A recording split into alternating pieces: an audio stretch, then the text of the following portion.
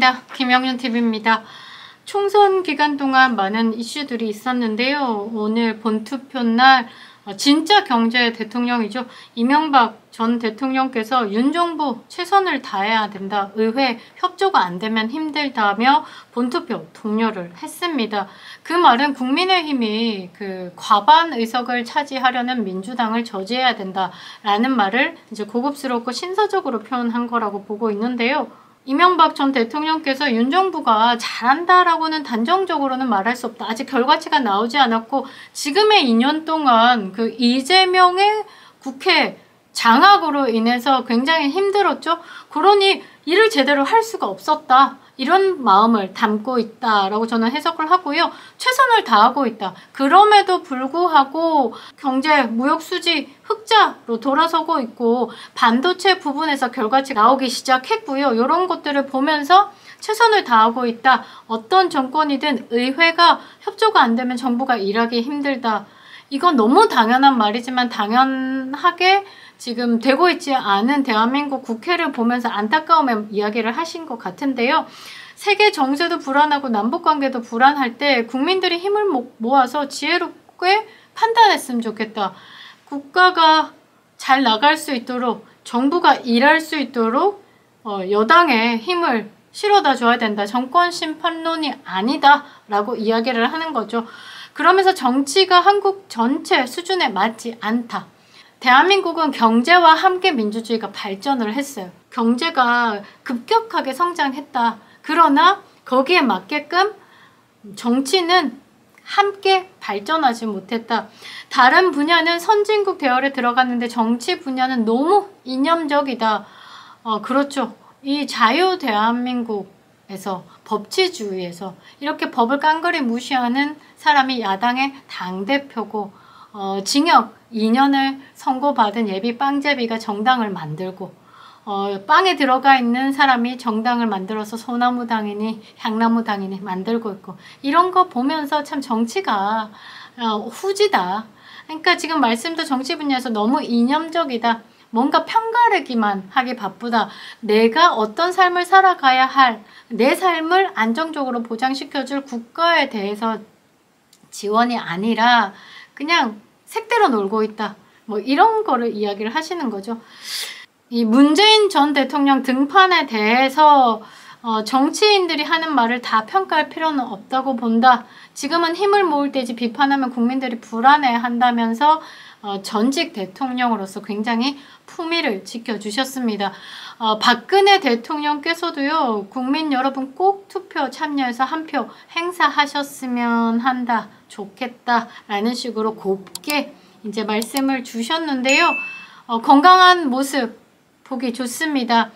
매우 젊어진 듯 그 다음에 마음이 평온한 것을 보이는 듯한 봄 같은 옷차림으로 가볍게 운동화를 신으시고 남색 재킷에 청바지 입으시고 근처 투표소로 찾아와 주셨는데요. 국민 여러분들께서 꼭 투표 참여하셔서 소중한 한 표를 행사했으면 한다.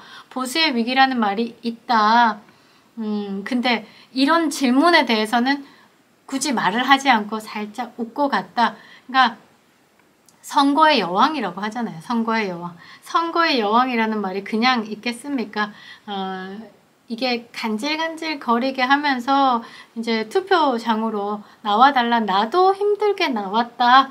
이러면서 이제 웃음을 보이면서 투표장을 빠져나갔는데요. 제가 판단하는 것들을 한번 말씀드리겠습니다. 이제 지금 국민의힘이 과반 의석을 말하지 못하고 개헌 저지선만 지켜달라.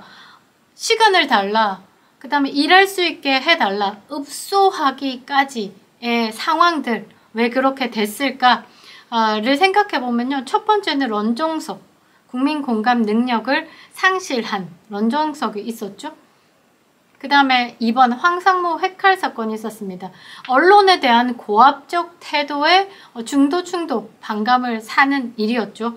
세 번째는 공천에 대한 논란들. 가장 대표적인 게 장해찬이 그 지역에서 현역을 꺾고 50% 이상의 지지를 받았습니다. 그런데 이제 막말 또는 뭐 예전에 있었던 일들로 인해서 장해찬에 대한 공천 취소, 이게 섣부른 판단이지 않았을까, 도태우까지. 그리고요, 강남권에 무명 인사들을 배치한 부분에 대한 것들, 사실 중량감 있는 인사들을 확실하게 보수의 강세 지역에 꽂으면 어떻게 되겠습니까? 그 사람들의 국회 진입은 100%죠. 사실 뭐 찬반이 있겠지만 그렇게 중량감 있는 사람들이 와서 국민의힘의 얼굴로 이제 국회에서 싸워주고 일해주고 국민에게 이야기를 하는 게 훨씬 더 전달력이 있죠. 이런 부분에 대해서 썼었어야 되는데 이 강남권에 저는 누가 나오는지 잘 모르겠습니다. 이 무명 인사들을 배치했다는 이런 부분에 대해서 약간 공천에 대한 미스가 조금 있다. 뭐 실패라기보다는 조금 점수대가 낮다라고 봐야 되겠죠. 그 다음에 국힘 강세 지역에서 압도적인 승리를 펼쳐내야 됨에도 신승이라는 게 말이 안 되는 거라는 거죠. 지금 현재 강남 지역이 그렇습니다. 그 상대당 후보와 굉장히 격차를 벌려야 함에도 그게 아니라는 거죠. 그 다음에 네 번째로는 용산발 의료 대란이 있습니다. 의료진들이 상당히 막강한 보수세가 강하죠. 이 보수세가 강한 그런 의료진들과 함께 하고 있는 가족들, 그 다음에 이런 부분에 대해서 지지 철회 또는 지지에 대해서 조금 고민해 보겠다. 투표에 대한 강력한 의지를 드러내지 않기 때문에 국민의힘이 조금 힘들다. 사실 의료 정책을 발표하면서 1, 2주간은 지지율이 상승했습니다. 대통령의 지지율. 그 이후에 한 달간은 지지율이 계속 떨어지고 있다. 원인 분석에 정무 감각이 없다라고 저는 판단합니다. 이런 상황들에 대해서 빠르게 대처하고 빠르게 새로운 그 해석을 내놓아야 되는데 항상 타이밍이 늦었어요. 5가지 이유를 쭉 보면요. 국민의힘을 힘들게 했던 5가지 이유죠. 5가지 이유를 보면요. 전부 타이밍 싸움에서 졌습니다. 타이밍이 늦었습니다. 결국은 이렇게 생각하시면 돼요. 대통령의 지지율이 35%죠. 그러면 국민의힘은 100석에서 105석이라는 게 나올 수밖에 없어요. 국민 지지율이 35%이기 때문에 35%를 넘는다는 게 뭐 플러스 5석 정도로 생각해 봐야 된다는 거. 대충 대통령의 지지율과 그 총선의 결과는 거의 비슷하다라고 봐야 되겠죠. 대통령의 지지율이 50%에 가까웠던 문재인 때 보면요. 180석. 가능했죠. 문재인 때가 더불어민주당이 163석에 더불어 위성정당이죠. 시민당이 17석을 해서 180석을 따왔습니다. 지난번에 문재인의 지지율과 의석수는 거의 비슷비슷하게 나왔죠. 그렇게 보면요. 지금 300석 중에 0.35%가 100석, 105석 나오죠. 그래서 지금 이런 결과가 그래서 대통령의 지지율과 그냥 통계학적으로 이런 결과가 비슷할 것 같습니다. 지금 현재 윤석열 대통령에 대한 지지율이 50%에 가까우면 150석도 가능하겠죠. 가뿐히. 그런데 지지율이 35%니까 통계학적으로 105석 정도 수치적으로, 숫자적으로 그렇게 나올 수 있다는 거죠. 선거 결과는 잘 모릅니다.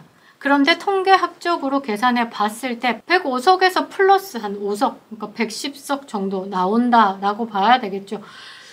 이재명이고 조국이고 국회에 입성을 한다면 사실 국민의힘 입장에서는 골치는 아프겠지만 다음 대권 가도에서는 국민의힘이 유리할 수도 있습니다. 왜? 그들 둘끼리 싸울 거기 때문에. 뭐 캐스팅 보트라고 얘기를 하죠. 이재명이 아마 조국의 힘을 빌려야 되는. 근데 이재명 같은 경우는 선택적 보복과 절대적 보복, 그 절대적 보복 리스트에 조국이 들어가 있는데 그 조국과 손을 잡고 의회를 움직여야 되는 부분에 대해서 이재명이 굉장히 분노하고 힘들어할 것이다. 그래서 다음 대권에서는 둘이서 싸울 거다.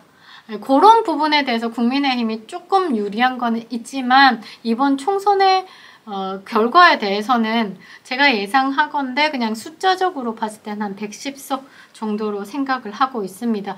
마지막까지 우리 편이 얼마나 투표장에 많이 나오느냐에 따라서 여기서 더 업 된다라고 봐야 되겠죠. 한동훈 비대위원장은요, 총선을 끝내고 나면요, 무한 경쟁에 돌입해야 된다라고 보고 있습니다. 책임론이라는 게 있기 때문이겠죠. 그런 부분에 대해서 이준석이 있었던 그런 내부 총질, 그 다음에 국민을 굉장히 괴롭혔던 그런 거북함들이 조금 덜했으면 좋겠다. 한동훈 비대위원장 마지막까지 최선을 다했습니다. 본투표 앞두고 마지막 날에 야간에 유세가 취소가 됐어요. 탈진을 했습니다. 저는 솔직히 개인적으로 조금 아쉬웠던 거는요, 용산발 이슈들을 빠르게 처리하지 못했던 그런 미비한 정무 감각들, 이런 부분에 대해서 조금 아프고요. 나라를 위해서 할 일이 많은 인물들이 그런 장벽들 때문에 펼쳐내지 못했던 부분, 그리고 앞으로 있을 22대 국회가 굉장히 저질 국회가 될 것, 이것에 대해서 제대로 막아줄 파이터들이 있을까? 지금 현재 국민의힘의 공천, 그리고 비례에 들어오시는 분들도 보면요, 굉장히 고우신 분들만 많다는 것. 빠르게 회복돼서 국민의힘을 다독여 주길 바랍니다. 고생 많으셨고요. 더 추악한 더불어민주당 미친 개들과 싸워야 하기 때문에 에너지 충전 제대로 해주시기 바랍니다. 마지막까지 여러분들을 믿겠습니다. 김영윤TV였습니다.